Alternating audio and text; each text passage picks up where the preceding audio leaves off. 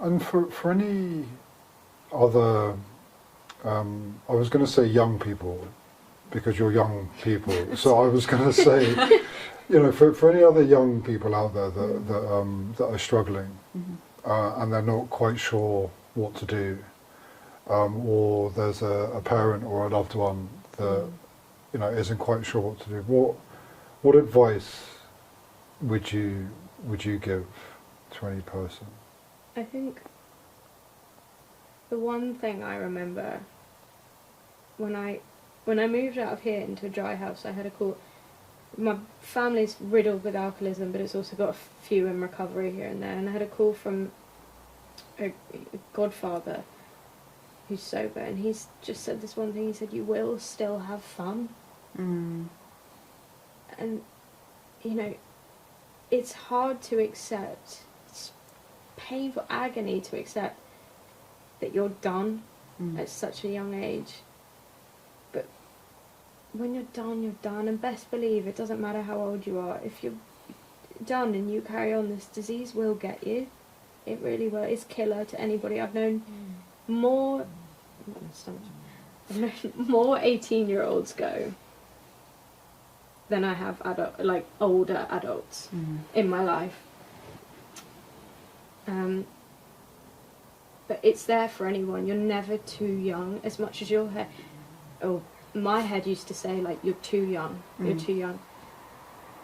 You've got to remember, like, I have a brain that wants to kill me. Of course, it's going to tell me everything that makes me different from these people. Who is it? There's someone we know who he'll ask how old you are when you get sober. Whatever the age is, he'll say that's a great age to get sober. And that's so true, because it's just, you know, whatever point you're at in life, however old you are, like, it just, life gets better. And you know, I think it's, like when you're young, I found it really challenging, because I thought I'm not going to be able to do any of the stuff that young people typically do anymore. You know, I'm resigned to a life of Sudoku and crochet. Don't get me wrong, love Sudoku and crochet, but I can also still do stuff with young people and, you know, go out and have fun and enjoy music and just, you know, get to experience life more than I ever did when I was doing more of that typically young stuff, you know. I think the idea when you're like 20 or 18 or however old you are of like not drinking forever sounds terrifying. It's not forever. No. You just got to do 24 hours. It's 24 hours at a time. And soon, believe it or not, the idea that you'll never have to take a drink again actually sounds really appealing. I never believed it. I genuinely, hand on heart, never believed I'd say that. Yeah. And I thought, you delusional liars, the people that used to say that. And they're bang on the money. It's such... as much as it does get annoying sometimes, because you do get people say, "Oh, you're so lucky to get it young." It's like you know, the pain and hardship I think you have to go through to be done before you're 25. To be really done is you just go through everything in a very compact space of time. It's terrifying, because 6 months ago, it's not like 6 years ago I had my life together. It was 6 months ago I had it together, and now I'm back nearly dying. It's really quick and it's really frightening. But yeah, life is quite good sober young. In fact, really good. And also, I think half the stuff I thought I liked, I didn't like anyway. And I've learnt that. And then we still go out dancing. We still go and do normal young people stuff. I just want to touch on that, because I think that's quite interesting. It's almost this misconception that the drugs and alcohol make things fun. The opposite. I just it's like, you know, particularly for young people, you know, this it almost, I don't really know where it comes from. If it's a kind of social indoctrination, if it's movies, if it's media, if it's magazines, whatever it is, publications. But being in sobriety, being sober, life is just infinitely better. You know, even on the practical side of things, you know, you've got more money. You're not spending all your money. You know, you've got some freedom in that sense. You don't wake up hungover, you are present for things, you can turn up for things, you can be responsible, you can actually kind of have a prolonged period of mental clarity and make wise decisions and good decisions that benefit you in an extremely positive way and can serve you for a very long time in terms of, you know, what you study, in terms of what jobs you go after. You're swimming instead of drowning constantly. You know, you're actually moving, and I do find it interesting because I remember being young, and it's like going out without taking drugs or drinking would mean that I wouldn't have had a good time, and that was kind of ingrained on my psyche somehow from somewhere. Like that was categorical, and that's exactly what I did. But you know, I'm speaking from experience. Even, you know, the last few years of drinking, I can't remember drinking and having a good time in the last, you know, the you know, in large parts of it. I really can't remember. It was painful, and going out and being sociable.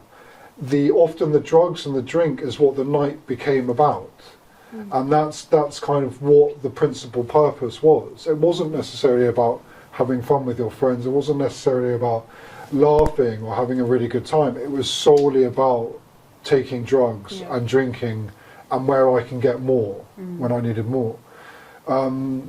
So yeah, it's strange, don't you think, that there's this ingrained kind of misconception? I think it's a very UK thing. I mean, it is but I think particularly in this country, it's a global thing. You go out, you get drunk. Yeah.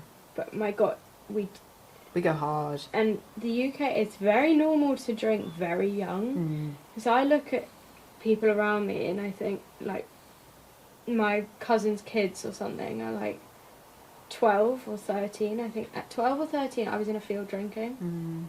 They are actually kids. As much as people are starting to get older quicker and they're kind of like growing up quicker, like, it's very normal to drink and get drunk for fun very young. And I don't think there's necessarily anything. I think there's a rite of passage, and I would never want to stop someone doing that. I've done like conversations in schools before to kids, and I'm like, I would never want to suggest not to drink and have fun. They do often go hand in hand, but I think the point is if it's not fun or it's never been fun, but you're still trying, you don't have to try. Yeah, have a look at what's really going on, whether it's compulsively or not. Because, you know, I think a lot of people are heavy drinkers when it's not fun, but they don't have an addiction to it, and then other people do. But if the only reason you're going out is to drink, that's what I used to do. I didn't really want to go out. I just wanted to drink. Then maybe it's time to take a look at that. But of course, the other thing is, we've already said about rock bottoms, is there does have to be this like emotional place where it can't carry on. There can be peer pressure, particularly if your group, if your friends are doing it and you don't do it, you're kind of, there's a feeling of being ostracised, and you can be made fun of, and that you're not a certain way. But and I get that, because I remember that. But one of the things I hope to put across gradually through these conversations is to try and, possibly in any small way I can, try and make sobriety a cool thing. You know, to be proud of sobriety. You know, because of being in sobriety, I often feel like it feels like a superpower. You know, it does, in many ways. Like it's like a cloak of invincibility. Like, there's so many things that are possible. There's so many things that aren't intimidating, and because you're in a clear state mentally and physically, you can go after them, and you can go after them with real kind of aptitude and ambition, and you can succeed. You're so much more likely to succeed.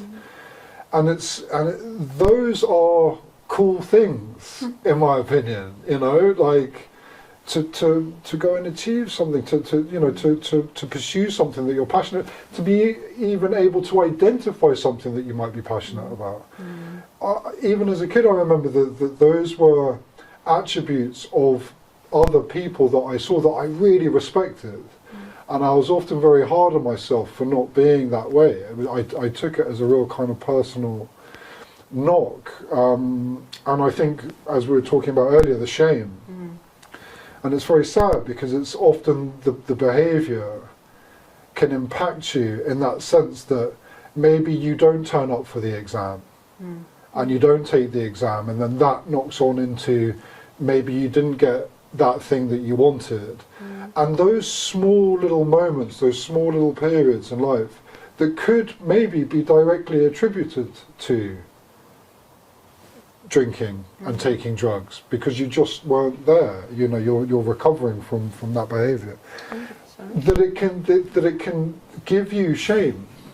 It can make you feel ashamed, and you can carry that, and it can be burdening, and then that, as we know, then intensifies the desire to drink and to use more. And it's so sad because it's not the full picture, and after a period of time it's easy to forget. It's easy to forget those moments, and I think after a period of time, sometimes it feels like I am just the way that I am, and there is no hope for me, and that there's a tremendous hopelessness associated with my life, and it's very sad for me to consider that, because in actuality, it's like you don't know the capability that exists within you because it's been dampened down. It hasn't been allowed to be set free because of whatever type of behaviour impacted it in that sense. I think we're generally some of the most intelligent people on the planet. We're very clever. So if you think about how cunning we can be and clever to get what we want, we really are. But I think you're so right that often that is so, it's not wasted, but it's squashed, the potential, or it's misdirected, needs redirecting. And then, I don't know, I used to do this thing, but because I drank a lot in school, my A-levels, for example, aren't as good as they could have been, aren't nearly as good. And I kind of learnt from that, and I was like, well, why try? Why try again and again and again? And now it's had a direct effect on my life now, because I couldn't see the wood from the trees. I couldn't focus and be like, let's direct this into not the appropriate kind of thing for me, but it's like I couldn't focus my thinking, this intelligence that I think we generally all seem to have. We're incredibly clever, funny, sociable people, but we get lost, we get squashed, and it gets misdirected into the wrong things. And we start to believe the negative connotations. Yeah, it's like fear of failure, so why try? And then society says that we're all kind of the alcoholics. If you think about society's view of an alcoholic as dirty, it's thieving, park bench with a brown paper bag. That's what you used to say, isn't it? And that's not the case. But I started to believe it was like this, like I wasn't good enough. So why try? I must just be this kind of thing that society says. So I'm going to do it, because I'm going to do that. At least I can do that properly. And it's not fair. I really don't think it's fair to see us like that, because then I think you're right, we do start to believe it and believe in our failures much more than our triumphs. Yeah, and I think that's why sobriety, I think, doesn't necessarily just have to be for people who have experienced addiction. Sobriety just is a very good thing for anybody. It's, like I was saying before, it's like a superpower. It can unlock potential and give you a sense of self-awareness and understanding and depth that you haven't experienced before, you haven't tapped into before, you didn't know was there, you didn't, maybe in some respects too scared to even possibly believe was there. But there's something about sobriety that really does, and I think that, like you were saying, often people who are able to get sobriety and to obtain a period of abstinence, longevity and abstinence, some of the things they go and achieve is just remarkable. Yeah. There's a great TED talk by a guy who's like a CEO, and he said, I only got to that place because I'm an alcoholic in sobriety. Because also, if you think about it, we do things properly, especially in recovery. We do it the right way, the honest way, the long way, and we get it done properly. And this guy is saying, like, I only got to the top because I work really hard and I do things the long way. And most people cut corners because they can. He said, I can't get away with that, so I don't. So it took me to the top. And also, you know, you hear people who've been really successful in recovery also talk about balance, which is really important, you know, because I've always been, you know, I think one of my first addictions was academia, you know, and I kind of thought, well, the more I can work, the more I can study, the better.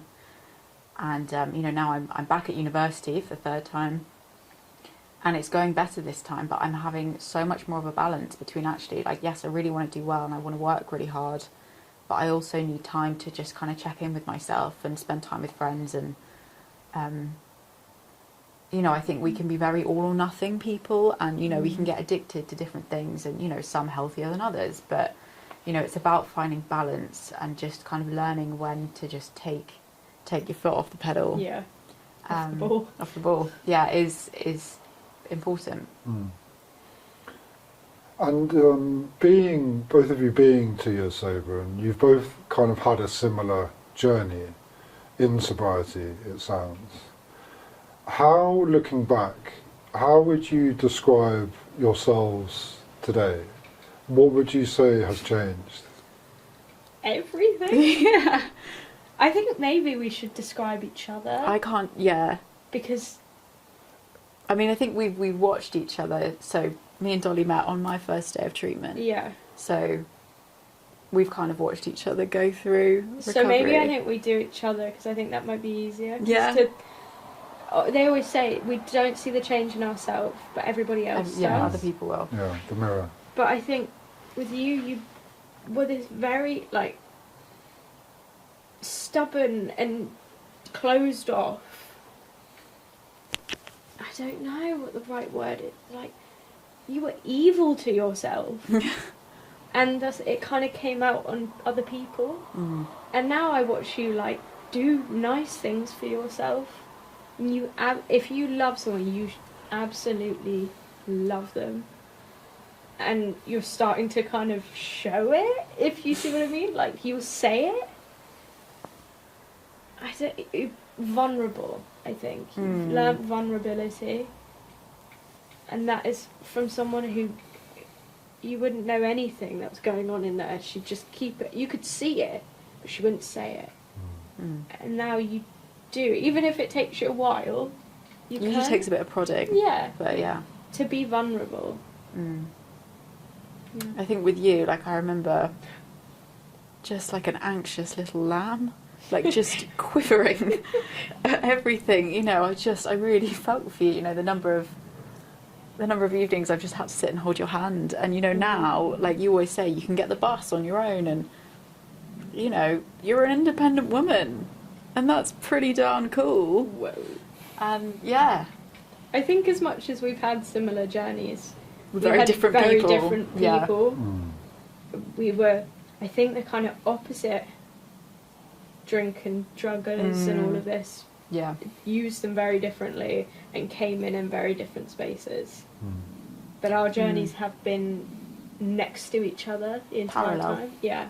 But I think that just shows, you know, as people in general, not just in recovery, we're all so different and so varied, and but we can still help each other, and there's no judgment. Like we hated each other when we met because we were both young. I was blonde at the time as well, and just didn't like each other. And it's kind of, we just learned to just accept each other for who we are.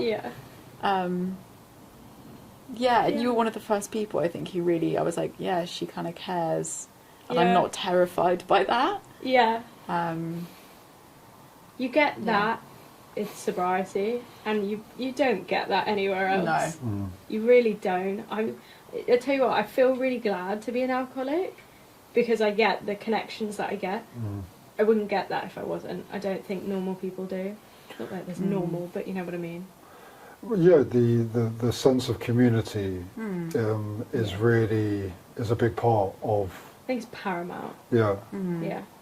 And just like genuinely caring about each other. Like I look back on my friends I had before, and it would be like I'd meet someone on a night out and I'd be like, oh my god, I love you so much, we're going to be friends forever. And I genuinely believed it in the moment that we were soulmates. Never spoke to them. I never spoke to them ever again. And like same when I came into treatment, I had this whole group of people around me who were all like, we'll be here for you, and we love you, and I was in here for 6 weeks and I came out and there was no one. They just, my time was up with them, and they, to find people who will stick around. Like with everything that happens, we're there. Yeah. Like immediately. Yeah. Just one call. And that's the same. It's not just with us, it's with anyone. Yeah. Yeah, even people you don't know. I've gone to pick people up in the middle of the night because they called me. Yeah. Yeah. You just do it. Yeah. No questions asked, you just do it. Well, it's one of those communities that isn't competitive. No. Sobriety isn't something that's competitive. You're not trying to beat another person.